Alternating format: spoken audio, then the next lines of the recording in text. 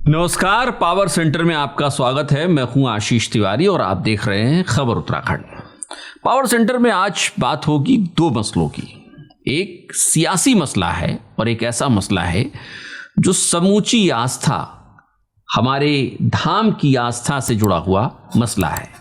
इन दोनों ही मसलों पे आज चर्चा करेंगे। शुरुआत सियासी मसले से करते हैं।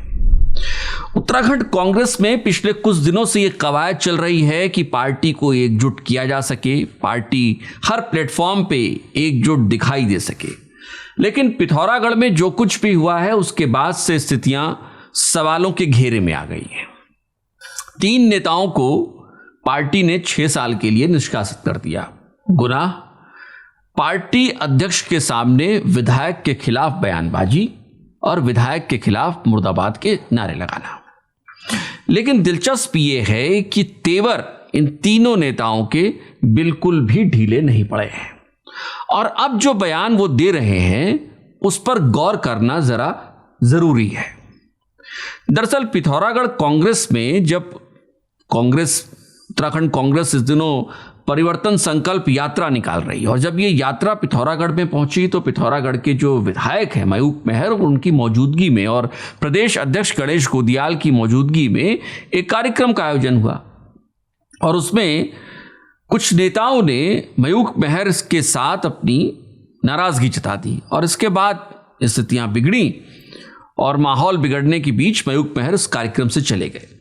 इसके बाद पार्टी ने 3 कार्यकर्ताओं को पार्टी से निकाल दिया। हालांकि ये तीनों नेता जो कुछ भी कह रहे हैं उस पर गौर करना जरूरी है। दरअसल मयूख मेहर को लेकर सवाल पिथौरागढ़ में कांग्रेस के अंदर उठते रहे हैं। मयूख मेहर पहले भी कई बार सवालों के घेरे में आ चुके हैं। मयूख मेहर निकाय चुनाव में सवालों के घेरे में आ चुके हैं जब उन्होंने कांग्रेस के अधिकृत प्रत्याशी के खिलाफ जाकर चुनाव प्रचार किया, लेकिन उनके खिलाफ कोई कार्रवाई नहीं हुई। उन्होंने उपचुनाव लड़ने से इनकार कर दिया, उनके खिलाफ कोई एक्शन नहीं हुआ। और हालात ये हैं कि अगर कोई इन सारी बातों का जिक्र कर रहा है तो उसके बाद पार्टी के उन पदाधिकारियों और नेताओं को पार्टी से निकाल दिया जा रहा है। ये एक मसला है। यह कांग्रेस की अंदरूनी खींचतान को जताता है, बताता है और सार्वजनिक तौर पर इसे घोषित कर देता है। लेकिन इसी बीच कुछ और भी घटनाक्रम हुए हैं। कांग्रेस पार्टी ने उत्तराखंड में राजनीतिक मामलों की एक कमेटी बनाई है। बहुत लंबी फहरिस्त है ये जो बनाई गई है और इस फहरिस्त में कई नाम है, या कहिए कि तमाम बड़े नेता जो उत्तराखंड में हैं वो इसमें शामिल कर दिए गए हैं। ये लिस्ट आपको हम स्क्रीन पर दिखा रहे हैं। इसमें आप देखेंगे तो शुरुआत में कुमारी शैलजा हैं, इसके बाद आपको गणेश गोदियाल दिखेंगे जो प्रदेश अध्यक्ष हैं, यशपाल आर्या हैं, हरीश रावत हैं, प्रीतम सिंह हैं, गुरदीप सिंह हैं, काजी निजामुद्दीन हैं, करण महारा हैं, मनोज यादव हैं, यानी वो तमाम नाम इसमें शामिल हैं। इसमें दिलचस्प ये है कि शैलजा के साथ साथ हरीश रावत भी इस कमेटी में शामिल है। अब आप सारे घटनाक्रमों को जोड़िए और आगे जोड़ूं उसके पहले एक खबर आपको और बता दें कि केसी वेणुगोपाल का भी उत्तराखंड दौरा देहरादून आने वाले हैं। यानी कई चीजें एक साथ कांग्रेस में घट रही हैं और उन सारे घटनाक्रमों को आप देखिए तो आपको समझ में आएगा कि सारी चीजें किस टाइमलाइन के साथ हो रही हैं और कांग्रेस की राजनीति आखिर किसके साथ चल रही है। पहले मयूख मेहर के खिलाफ आवाज उठाने वाले नेताओं को पार्टी से बाहर का रास्ता दिखाया जाता है। उसके बाद एक कमेटी घोषित होती है जिसमें तमाम नेता, कोई भी ऐसा नेता नहीं है जो छूटा हो, तमाम बड़े नेता इसमें शामिल किए जाते हैं। इसके बाद केसी वेणुगोपाल का आगमन हो रहा है और इस बीच जो वो 3 नेता पार्टी से निकाले गए हैं वो केंद्रीय आला कमान से बात करने की बात कह रहे हैं और राहुल गांधी से सीधे मुलाकात की बात कर रहे हैं। और यही वजह है कि हम ये कह रहे हैं कि उत्तराखंड कांग्रेस में क्या वाकई में सब कुछ ठीक चल रहा है, क्योंकि बात सिर्फ अब घर की नहीं रह गई है, बड़े घर तक जाने वाली बात आ गई है। और इन तमाम घटनाक्रमों को आप देखिए तो आपको समझ में आता है कि उत्तराखंड कांग्रेस में भले ही ये दिखाने की कोशिश हो रही है कि सब कुछ ठीक है, लेकिन ऐसा शायद है नहीं, क्योंकि पिथौरागढ़ की बात अब सिर्फ देहरादून के राजीव भवन तक नहीं रहेगी, अगर वो दिल्ली दरबार तक पहुंची तो स्थितियां और विकट कांग्रेस के लिए हो सकती हैं। आते हैं अब दूसरे मसले पर, और वो मसला बद्रीनाथ धाम में चढ़ावा चोरी से जुड़ा हुआ है। बद्रीनाथ धाम में चढ़ावा चोरी के आरोप लग रहे हैं। तमाम, चाहे वो भैरव सेना हो या फिर कांग्रेस हो, वो मांग उठा रहे हैं कि इस पूरे मसले पर उच्च स्तरीय जांच हो, और उसके बाद सरकार ने इस पर इसका संज्ञान भी लिया है। सरकार ने एक जो कर्मचारी है उसके खिलाफ एफआईआर भी बीकेटीसी ने दर्ज करा दी है।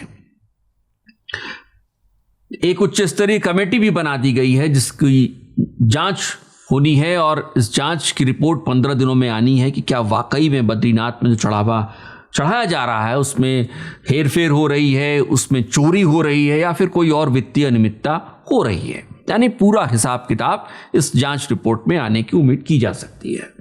लेकिन मसला सिर्फ इतना भर नहीं है। मसला उस आस्था पर,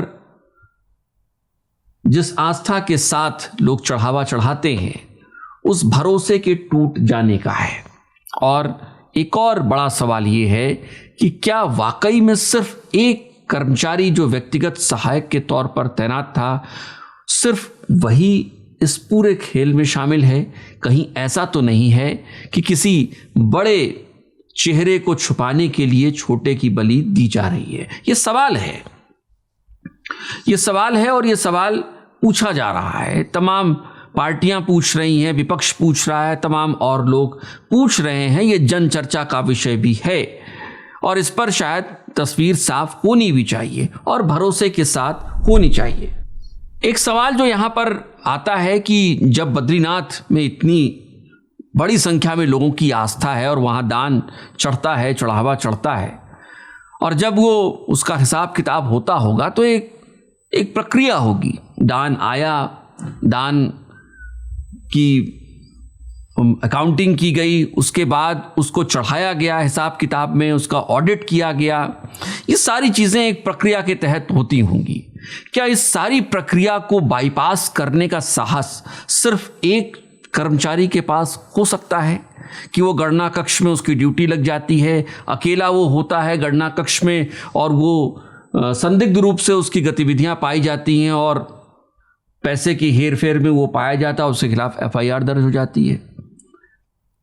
उस लंबी प्रक्रिया को बाईपास करने का काम क्या सिर्फ एक शख्स कर सकता है? क्या सिर्फ एक कर्मचारी कर सकता है? ये एक बहुत गंभीर सवाल है जो बद्रीनाथ में चढ़ावे से में हेरा फेरी से जुड़े जब आरोप लग रहे हैं तो वहां पर पूछा जा रहा है। एक सवाल और है, ये सारी चीजें हो गई, राम मंदिर का मसला, चढ़ावा चोरी का मसला उछला, तो उसके बाद ये मसला सामने आ गया। अब जब ये मसला पूरा सामने आ गया है तो क्या इसमें यह तय होगा कि जवाबदेही किसकी है? कौन सा विभाग होगा, कौन सा शख्स होगा, कौन सा मंत्री होगा जो ये तय कर देगा, जिसकी जवाबदेही तय की जाएगी कि इस तरह की घटनाएं अगर हुई हैं तो वो आपकी गलती थी, आपकी खता थी, और भविष्य में ऐसी गलती ना हो, ये आपकी जिम्मेदारी है। ये जवाबदेही कौन तय करेगा और किसकी जवाबदेही तय की जाएगी, ये भी एक सवाल है। अगर सरकार जवाबदेही तय करना चाहे तो उसे जवाबदेही तय कर लेनी चाहिए, क्योंकि ये लाखों करोड़ों लोगों की आस्था का सवाल है। जब सारी चर्चाएं बद्रीनाथ में चढ़ावे की हेरफेर से जुड़ी हो रही हैं तो उसमें दो चीजें बहुत अहम हैं। एक, जवाबदेही, जिसकी चर्चा हमने कर ली। इसके बाद जो जनता के मन में शायद बात होगी कि भविष्य में पारदर्शिता बहुत जरूरी होनी चाहिए, यानी एक ऐसा सिस्टम बनाया जाना चाहिए जिसमें पारदर्शिता हो। जो चढ़ावा चढ़ाया जा रहा है, जो दान दिया जा रहा है, वो दान वाकई में भगवान के काम में आ रहा है, ये पारदर्शी तरीके से तय होना चाहिए। और इस सिस्टम को बनाने का काम शायद सरकार को करना होगा, अगर वो चाहती है कि, हालांकि बद्रीनाथ में आस्था लोगों की बनी रहेगी, लेकिन चढ़ावा और दान जो एक बहुत गंभीर प्रक्रिया है सनातन धर्म की, उसमें भी लोगों की आस्था बनी रहे और वो बद्रीनाथ में चढ़ावा और दान करते रहें। इसके लिए ये ज़रूरी है कि सरकार न सिर्फ उच्च स्तरीय जांच कराए इसकी कमेटी के ज़रिए, बल्कि यहाँ आने वाले लाखों करोड़ों लोगों को ये विश्वास भी दिला दे कि कम से कम इस बार अगर गलती हो गई है तो अगली बार से ऐसी व्यवस्था बना दी गई है जिसमें जवाबदेही भी तय है, पारदर्शिता भी तय है और इसलिए गुस्ताखी की गुंजाइश बहुत कम है। क्या आपको लगता है कि सरकार ऐसा एक सिस्टम बना पाएगी? बद्रीनाथ में चढ़ावे की हेरफेर की खबरें आपको हमको दोबारा नहीं सुनने को मिलेंगी। क्या हम ये उम्मीद कर सकते हैं? कमेंट बॉक्स में अपनी राय ज़रूर रखिएगा। आज के पावर सेंटर में इतना ही और आखिर में आपसे गुजारिश, अगर अब तक आपने चैनल को सब्सक्राइब नहीं किया है तो चैनल को सब्सक्राइब करना और बेल आइकन दबाना बिल्कुल मत भूलिएगा। नमस्कार।